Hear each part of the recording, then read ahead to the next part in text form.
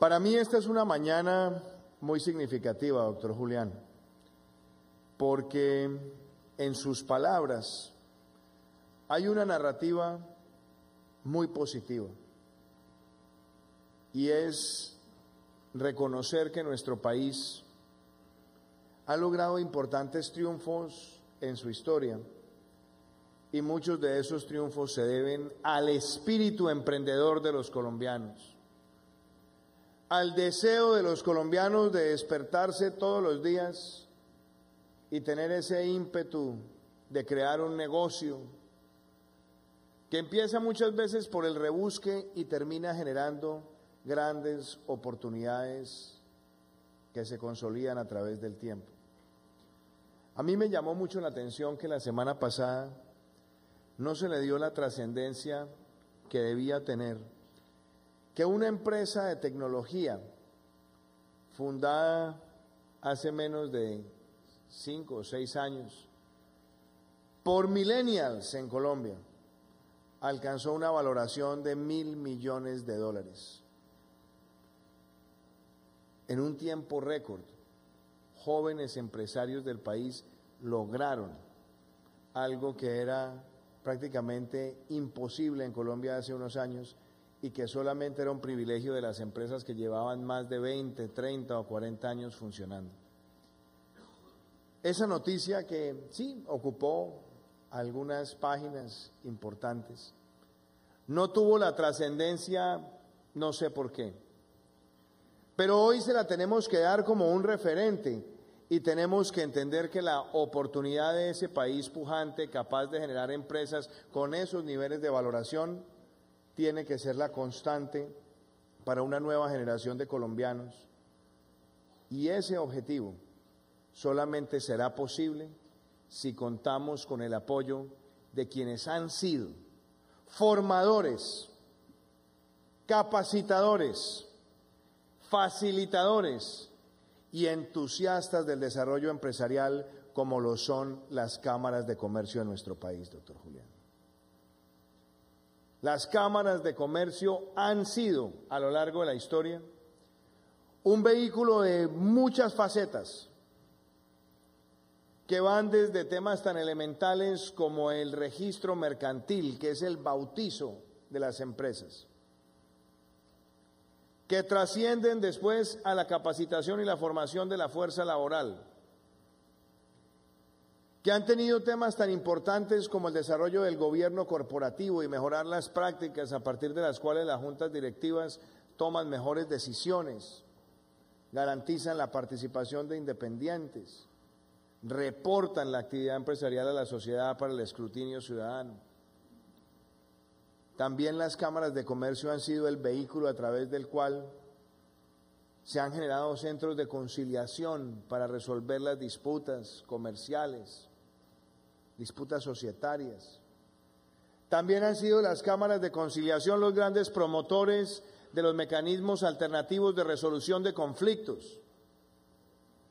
Han sido las grandes promotoras de buenas prácticas en materia social y ambiental. Han sido los más fervientes promotores de apelar a mecanismos tecnológicos para facilitar la manera en la que se desarrollan negocios en Colombia.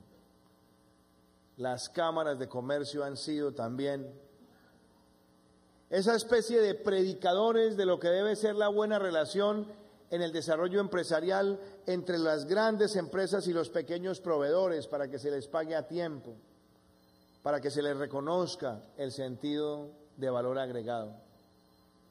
Por eso, doctor Julián, venir para mí hoy y reconocer todos estos éxitos de las cámaras de comercio van de la mano con lo que nosotros queremos proponerle a Colombia. Este país tiene todo el potencial para desarrollarse de manera ágil y no podemos seguir con una actitud complaciente creyendo que lo que hemos logrado es suficiente, porque no lo es. Es importante, pero no es suficiente. Hace pocos días me visitó en la casa de Nariño nuestro buen amigo, el presidente del gobierno español, Pedro Sánchez. Y en un almuerzo me preguntaba ¿qué tan grande es la población colombiana en comparación de España? Y esto me lo han escuchado algunos de ustedes, y le dije, presidente, tenemos casi la misma población. ¿Qué tan grande es la población ocupada? Y le decía, presidente, es casi tan grande como la de ustedes. Y entonces empezaron las preguntas más difíciles. ¿Cuántas personas declaran renta en Colombia? Y le decía 2.7 millones. Y le preguntaba, ¿y en su país, presidente? 20 millones. ¿Cuántas personas contribuyen a la seguridad social en su país, presidente? Y él me decía, cerca de 20 millones. En Colombia, menos de 8 millones. Y entonces venía la pregunta aún más difícil. ¿Cuánto es el ingreso per cápita de España? Superior a los $26.000. En Colombia, inferior a los 7.000.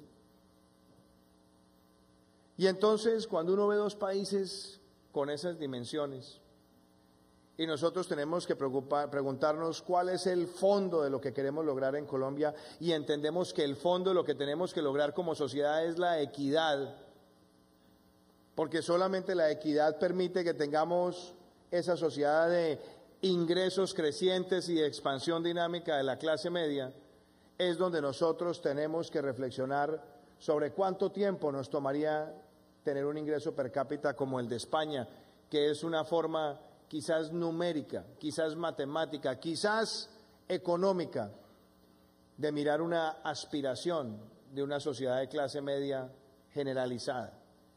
Y nos tomaría 123 años creciendo al 1% llegar a ese nivel de ingresos, o 20 años creciendo al 7%.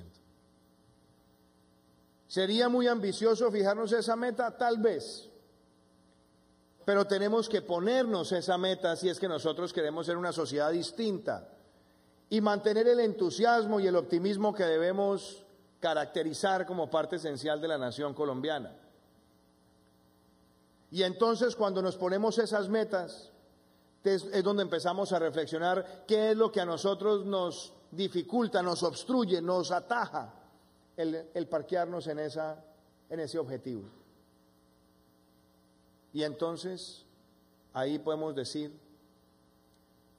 que un país, para generar esos niveles de ingresos, necesita un sector empresarial que sienta que el Estado le ayuda a crecer, a prosperar, y no que el Estado se convierte en el generador de obstáculos. Y la primera reflexión que nosotros tenemos que plantearnos es que el error histórico que ha tenido el Estado colombiano frente al sector privado es que siempre lo ha querido ver como una fuente de ingresos fiscales y no como el socio que requiere para desarrollar ese grado de empleo formal y dinámico que Colombia tanto anhela. Y yo debo decirle, doctor Julián, y decirle a ustedes, que la primera tarea que yo quiero plantear cuando hablo de emprendimiento empieza porque la relación del Estado con el empresario también cambie positivamente.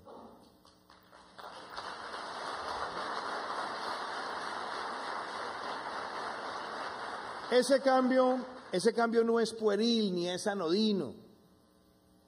Ese cambio requiere de verdad una mentalidad de futuro. Y esa mentalidad de futuro empieza porque nosotros como país le digamos a los empresarios desde el Estado que no van a ser vistos más como la vaca lechera que el Estado ordeña para poder gastar más recursos. Nuestro objetivo es que genuinamente el Estado se preocupe por el éxito del empresario, por el éxito del pequeño, del mediano, del grande.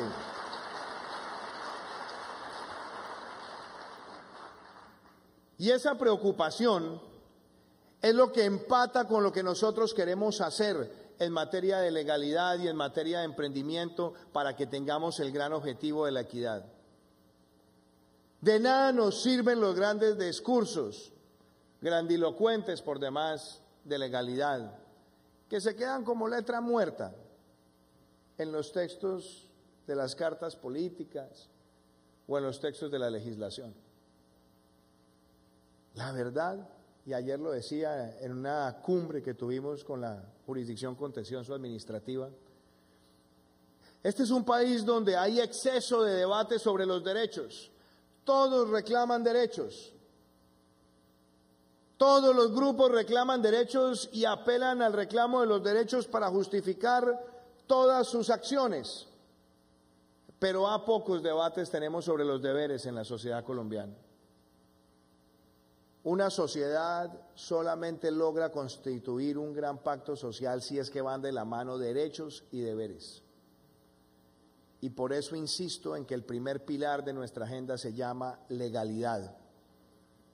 Y legalidad significa que nosotros enfrentemos sin vacilación alguna los fenómenos que atentan contra el desarrollo empresarial desde la criminalidad, como lo es el contrabando, y vamos a asumir desde el Gobierno Nacional la lucha frontal contra el contrabando para que se acaben esas prácticas depredadoras contra los que desarrollan empresas en nuestro país. Defender la legalidad significa que nosotros aceptemos que uno de los grandes obstáculos para el desarrollo empresarial se llama la corrupción. La corrupción es un gran obstáculo para el desarrollo de cualquier país. Ahora leo quizás poca prensa, por múltiples razones. Pero esta mañana miraba uno de los diarios económicos y aparecía que Colombia se ha rajado en materia de controles para luchar contra el soborno. La corrupción tiene dos vías y tiene dos caras: los que pecan por la paga y los que pagan por pecar, sea quien sea. Y nosotros no podemos entonces reclamarle a un gobierno que enfrente con decisión la corrupción y después salimos a cuestionar que no se han logrado márgenes de gobernabilidad porque queremos cambiar las prácticas. Hoy tenemos que entender que esto no es un tema de instituciones en contra de instituciones, ni del Ejecutivo en contra del Legislativo, ni del Legislativo en contra de los jueces. Aquí no es contra nada. Aquí se trata de construir un solo propósito nacional, y es que todos de una vez por todas trabajemos denodadamente para derrotar todas las figuras de corrupción que existen en la sociedad colombiana.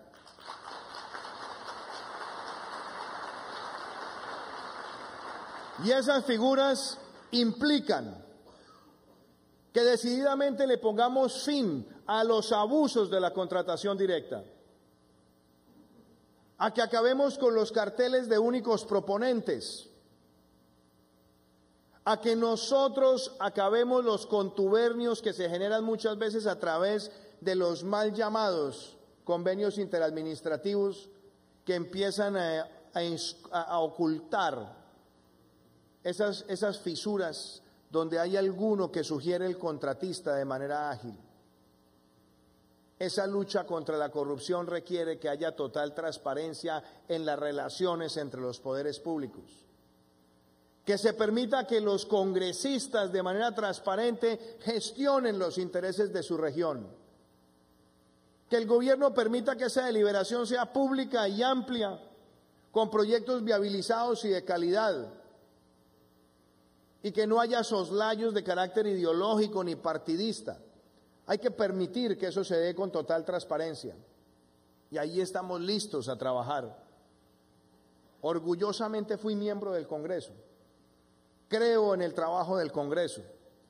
Veo acá muchos de mis compañeros que trabajan intensamente por defender sus propuestas y sus proyectos, y hoy lo que tenemos todos que trabajar es porque esa relación del Congreso con el Ejecutivo se base en propósitos comunes de país y no en la relación tú y tu persona, donde se median intereses específicos o intereses de pequeños grupos políticos.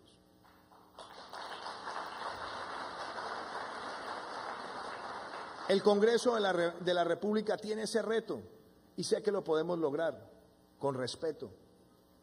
Por eso yo creo que invitar permanentemente a que tengamos una deliberación entre todos los partidos políticos sobre los grandes temas nacionales es el camino. Porque brillan mucho más los miembros del Congreso por sus ideas, por sus propuestas en torno a los objetivos nacionales. Y eso permite que tengamos un cambio en la política, un cambio que reclama el país. Construimos durante meses, cuando estábamos en el fragor de una campaña política, propuestas de lucha contra la corrupción que radicamos el 8 de agosto. Esas propuestas giran en torno a muchos elementos: a endurecer las sanciones, a elevar al rango de deber constitucional la presentación de las declaraciones de renta y la información de los funcionarios. Permiten además que los delitos de corrupción sean imprescriptibles. Propusimos una reforma para que se limite el número de periodos en los cuerpos colegiados de elección popular, para propiciar la renovación de la política. Propusimos una reforma política donde se acaba el voto preferente y se fortalecen las listas cerradas con democratización al interior de los partidos. Y después del pronunciamiento del 26 de agosto, donde si bien no se alcanzaron los umbrales, tuvimos todos con esa ardentía y con ese fervor que se vio expresado en las urnas, que invitar positivamente esa voz de los colombianos para que construyéramos una agenda común de lucha contra la corrupción. Invitamos a una mesa donde estuvieron todos los partidos, donde no hubo ningún criterio distinto al de invitarlos a todos a construir en función de lo que aspira el pueblo colombiano. Se creó una mesa técnica que va avanzando y espero que la próxima semana todos los que estuvimos en esa mesa presentemos esa agenda anticorrupción para que esté aprobada antes de terminar el año 2018 y demostrar que es posible hacer esos cambios.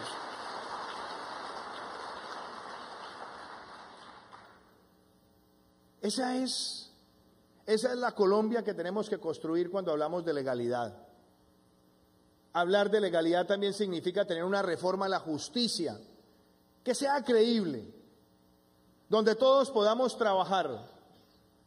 Y si bien muchos me decían que estaba el camino fácil de presentar el proyecto rápidamente desde el gobierno con trámites de urgencia, desde el gobierno decidimos el diálogo, la conversación con las altas cortes, con los sindicatos de la rama judicial. Y es cierto que es difícil construir consenso en torno a todos los temas. Pero ayer, en la ciudad de Pasto, con los presidentes de las altas cortes, presentamos los elementos que va a tener esa reforma y que hoy se debe estar radicando para que inicie el trámite legislativo pensando en una justicia cercana al ciudadano, que endurezca el régimen de inhabilidades, que haga una reingeniería a los sistemas de facultades electorales de las Cortes, que fortalezca los requisitos para llegar a ser magistrado, que se motive que por lo menos haya personas que trasciendan 5 años en la rama judicial como jueces y como magistrados de tribunal, si es que algún día aspiran llegar a una alta corte, que tengamos el precedente judicial, que tengamos la unificación de jurisprudencias, que solamente se conozcan las providencias cuando estén totalmente firmadas por todos los magistrados. Todos esos son elementos que están en discusión y la reforma no termina ahí, porque seguiremos trabajando en los próximos meses para ir llegando a las reformas que se requieren en las instancias más elementales de la justicia cercana al ciudadano. Una acción de tutela fortalecida, una acción de tutela que además tenga claridad sobre cómo se manejan, la utilización de esa figura cuando se trata de sentencias judiciales. En fin, hemos empezado el camino para construir ese pacto por la justicia y celebro que hayamos podido tener ese entendimiento con las Cortes y ahora será enriquecido en el trámite legislativo. Eso es legalidad. Y legalidad también significa que los empresarios de Colombia se sientan protegidos por el Estado y no que estamos relativizando moralmente la figura de la criminalidad. Llevamos casi 36 o 37 días en el gobierno. Lanzamos el plan El que la hace la paga y lanzamos el plan Diamante fortaleciendo un principio que es la red de participación cívica, donde los ciudadanos en defensa de legalidad trabajan con la fuerza pública. Hemos logrado las más altas incautaciones en un periodo de 30 días. Hemos desmantelado estructuras de los caparrapos, los pelusos, la oficina, el clan del Golfo. Este pasado fin de semana fue dado de baja un cabecilla que controlaba el 4% del tráfico de cocaína en el país. Y seguimos demostrándole a los colombianos que ha llegado un comandante en jefe que está en las regiones trabajando con la ciudadanía para derrotar el crimen organizado.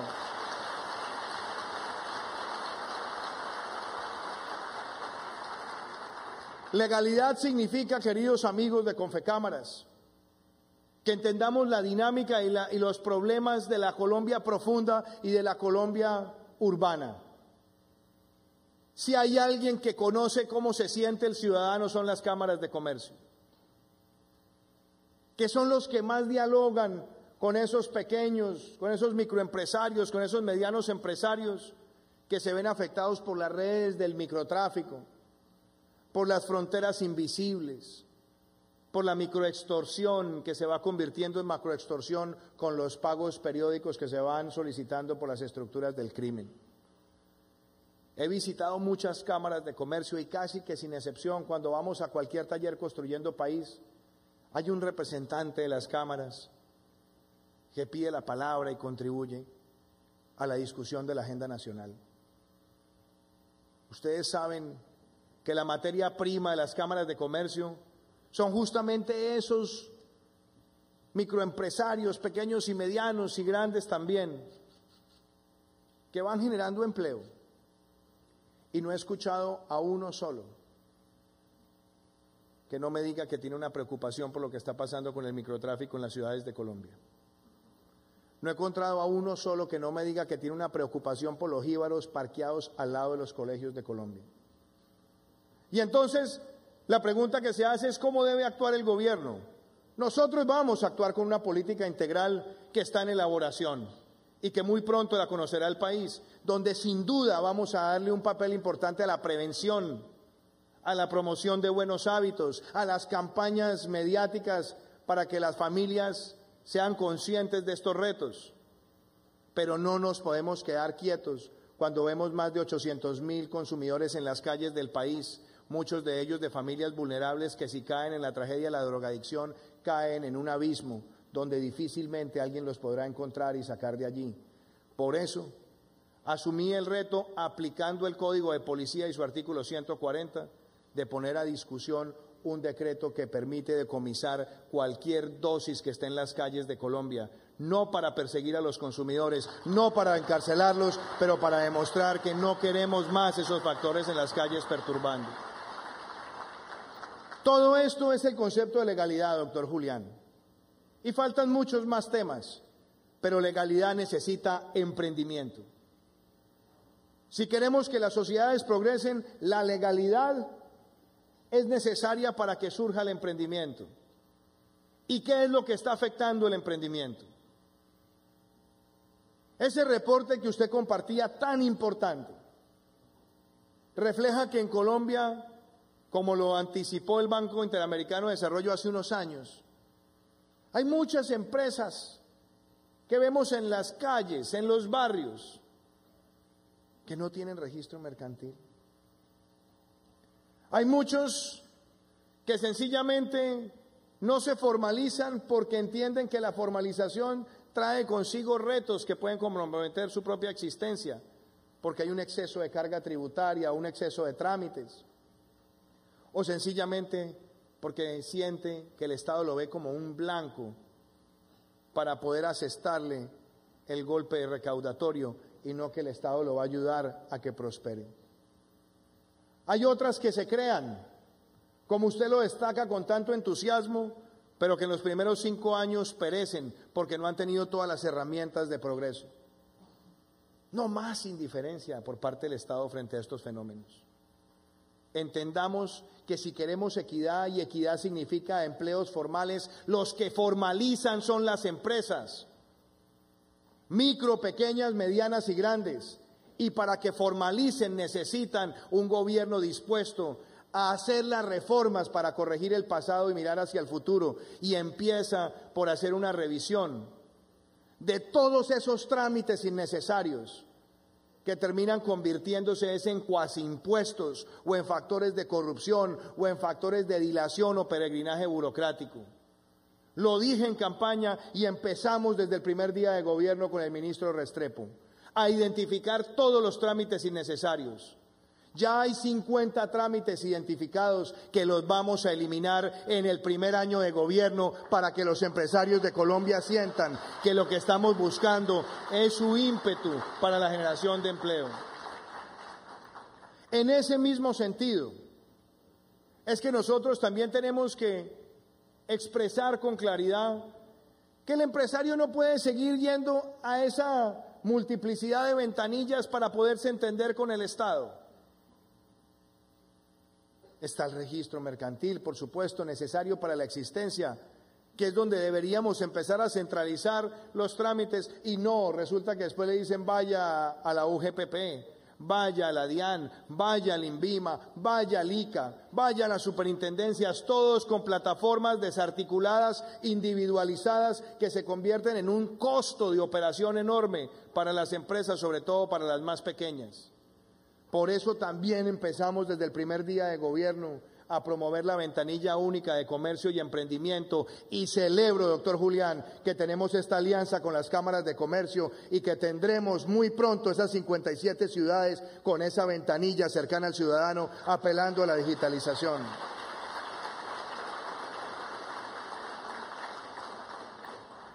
También tenemos que aceptar que el sistema tributario en Colombia es engorroso, es complejo. Tenemos una multiplicidad de impuestos a nivel nacional, más de 15, de los cuales menos de 5 recaudan más del 97%. Tenemos más de 20 impuestos de carácter local, de los cuales 3 o 4 generan más del 95% del recaudo.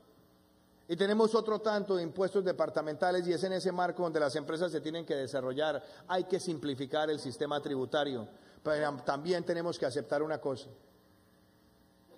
Las empresas en Colombia, cuando se suman todas las contribuciones, tasas sobre tasas, impuestos, pueden tener niveles de tributación efectiva que superan el 50, el 60 y hasta el 70% según el tamaño de empresas.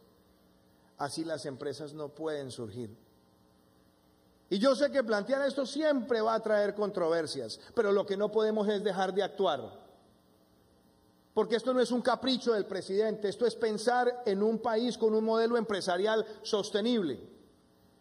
Y hemos descubierto, como lo he dicho, que hay cerca de 10.000 personas naturales en el país con ingresos superiores a los 50 millones de pesos que no están tributando lo que deberían tributar en renta, que hoy tributan alrededor del 6% porque registran ingresos salariales bajos y otra serie de ingresos que son no gravables, entran a configurar esa inmensa bolsa. No vamos a perseguirlos con ímpetu populista, no. No vamos a tratar de señalarlos porque no se trata de señalarlos, se trata de invitarlos a que contribuyan lo que deben contribuir, a que tengan la verdadera tributación que a otros empleados de la clase media emergente o de mayor ingreso tienen. Y si logramos aumentar esos niveles de tributación de ese sector un poco, podremos recaudar cerca de 3 billones de pesos que nos permiten a nosotros bajar la tarifa de renta para la generación de empresas que traigan empleos formales al país. Esas son medidas de progresividad y al mismo tiempo de efectividad. Pero tiene razón el profesor Alesina. También el Estado tiene que adelgazarse y tenemos que eliminar gastos innecesarios y acabar duplicidades, y estamos trabajando en eso con el ministro Alberto Carrasquilla. Y tenemos también que preguntarnos si realmente toda la configuración de impuestos realmente cumplen el mandato constitucional de ser progresivos, equitativos y eficientes. No puede ser que haya impuestos donde cuando tenemos la tarifa de cero, terminamos beneficiando a los de más ingreso y afectando a los más pobres. o sencillamente dejándole a los más pobres que sean los que cubran el mayor gasto. Ahí tenemos que hacer reformas. E insisto, esto no es para satisfacer una teoría del presidente, sino para que tengamos los ingresos que Colombia necesita para hacer la inversión social. Por eso celebro que a muchos de los congresistas que están hoy acá, con patriotismo la semana pasada, votaron el monto del presupuesto en un tiempo récord, y que seguramente votarán el presupuesto nacional, pero lo que se apruebe, que tiene que ser para financiar el gasto social, debe ir acompañado de una ley de financiamiento que permita cubrir todas esas inversiones y al mismo tiempo darle al Estado los ingresos para mantener el gasto social. Porque aunque a mí no me gusta utilizar el espejo retrovisor, claramente lo que hemos detectado era una serie de compromisos y programas que no tenían una sostenibilidad en la apropiación presupuestal, y eso no sirve. Así me toque sacrificar proyectos que yo tenía en mi plan de gobierno, lo primero que tenemos que garantizar es que la red de programas sociales en el país deje de ser improvisada y tenga los recursos de manera sostenible para el futuro del país.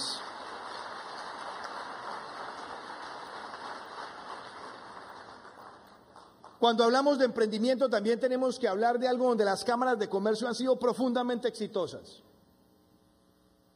Las cámaras de comercio han sido los grandes motivadores de la economía naranja. Aún antes de que la bautizáramos así, aún antes de que apareciera la ley naranja, aún antes de que empezáramos a tener estas discusiones profundas con el Banco Interamericano de Desarrollo, ya había cámaras de comercio que se distinguían en América Latina por su aporte a este sector. ¿Cómo no hacerle ese reconocimiento a la Cámara de Comercio de Cali o a la Cámara de Comercio de Bogotá o a la Cámara de Comercio de Medellín? La Cámara de Comercio de Cali hace más de 15 años empezó a hacer los primeros mapeos de industrias creativas. La Cámara de Comercio de Bogotá se ha concentrado en desarrollar programas como Arbo, por solo mencionar algunos, y la promoción de un complejo ferial que se han convertido también en una meca de grandes expresiones creativas. Y en la Cámara de Comercio de Medellín ha sido ese aliado fiel y franco que está apoyando proyectos como el de Ruta N. Pero lo cierto es que el Estado ha sido insuficiente.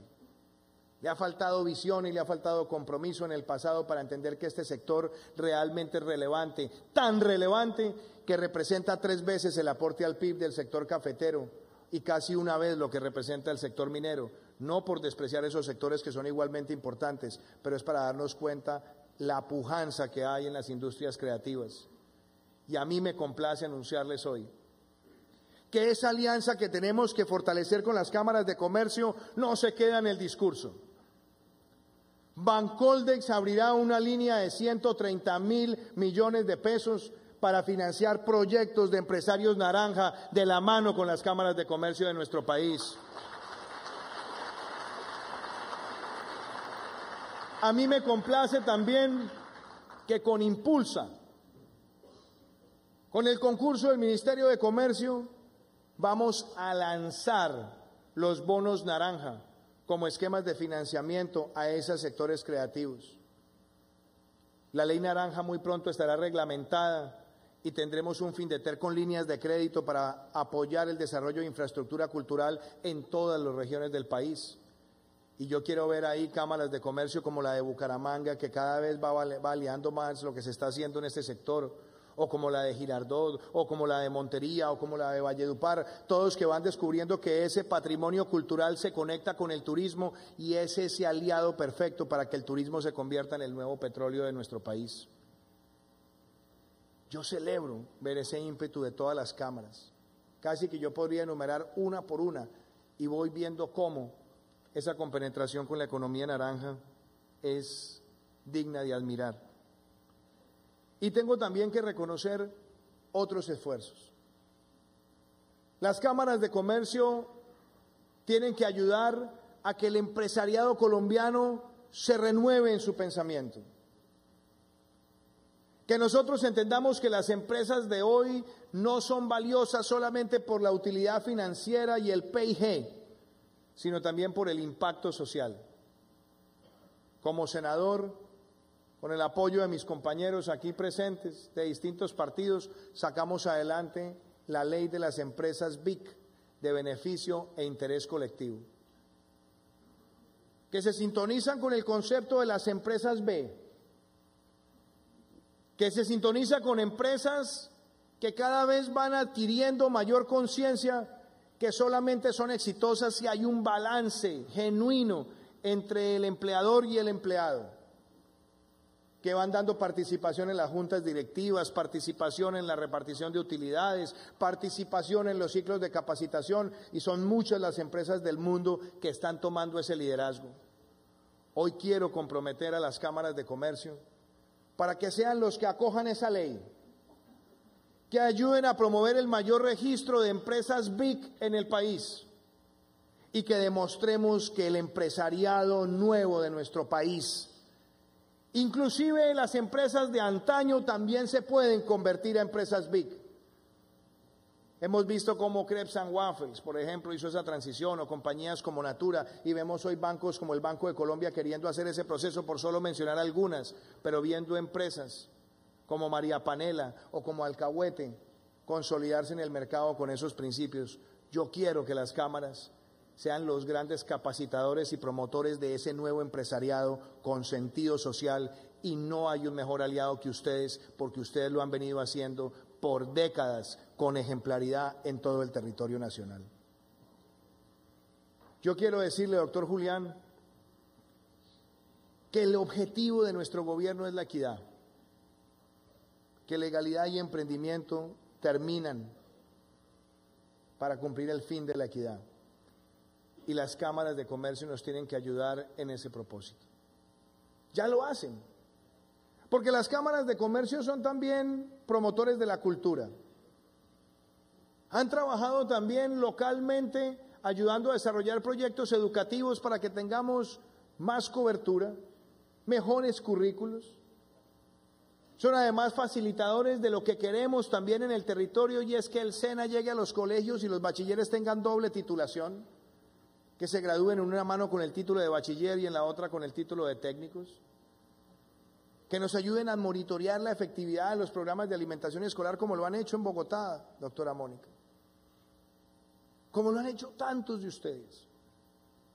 Pero también tienen que ser los que nos ayuden a que los programas de vivienda que hemos lanzado sean exitosos, que tengamos ese semillero de propietarios que se anunció la semana pasada, donde con el pago de un arriendo se empiezan a convertir en propietarios las personas más humildes que muchas veces se sentían condenadas al arriendo eterno, o como el de Casa Digna, Vida Digna, que se lanzó esta semana, donde lo que queremos es un programa masivo de mejoramiento de viviendas, y las cámaras nos pueden ayudar en el entorno urbano para saber dónde somos más asertivos.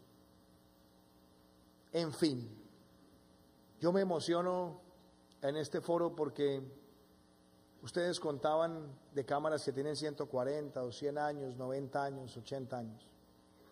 Yo he recorrido este país y lo he recorrido visitando las cámaras, visitando los empresarios que giran en el entorno de ustedes. Yo no pretendo ejercer la presidencia con ninguna vanidad distinta al del deber cumplido. No aspiro a premios, no aspiro a superar la figura de Bolívar y Santander como una obsesión.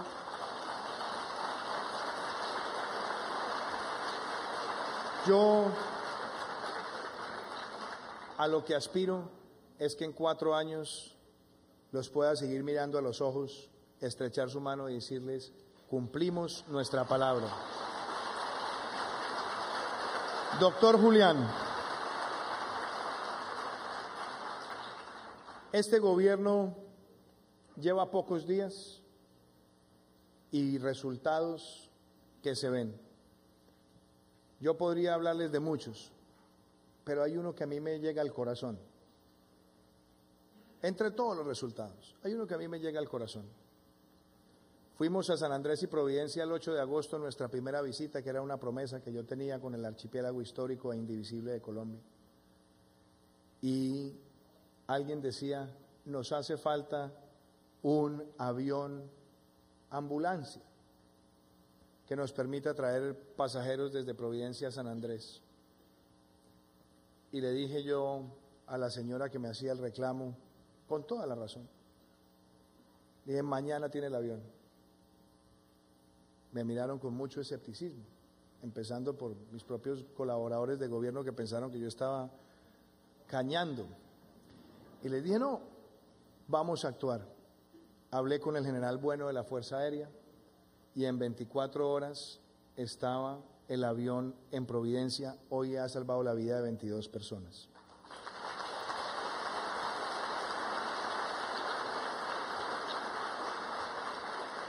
Hemos realizado 6 talleres construyendo país desde el territorio.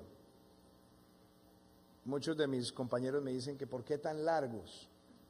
Y yo les digo, porque la paciencia del Estado tiene que ser toda para escuchar a todos los ciudadanos. Y hemos fijado metas, compromisos. Alguien se quejaba que yo no llegaba con una chequera. Le dije, yo no soy Chávez, yo no tengo chequeras de esas. Yo lo que quiero es llegar con el gobierno a buscar soluciones. Buscar soluciones. Y puedo decirles que cada compromiso tiene el deseo articulado del gobierno de responder. Con un elemento adicional que le digo yo a los compañeros del gobierno. Les digo, la diferencia entre un sueño y un proyecto es una fecha. Tratemos de ponerle fecha a los compromisos que vamos adquiriendo. Hemos logrado muchos resultados en materia de seguridad. Hemos avanzado en el plan de los 100 días, en definir las metas transformacionales de nuestro gobierno. Y lo que les quiero decir de todo corazón es que quiero que ustedes sean nuestros aliados, con franqueza. Habrá temas en los que tengamos dificultades seguramente, o desacuerdos, pero los podemos zanjar siempre. Porque aquí el único deseo es pensar en el interés superior de Colombia, que es el deseo que le ha permitido a las cámaras de comercio convertirse en un emblema de Colombia. Muchísimas, muchísimas gracias.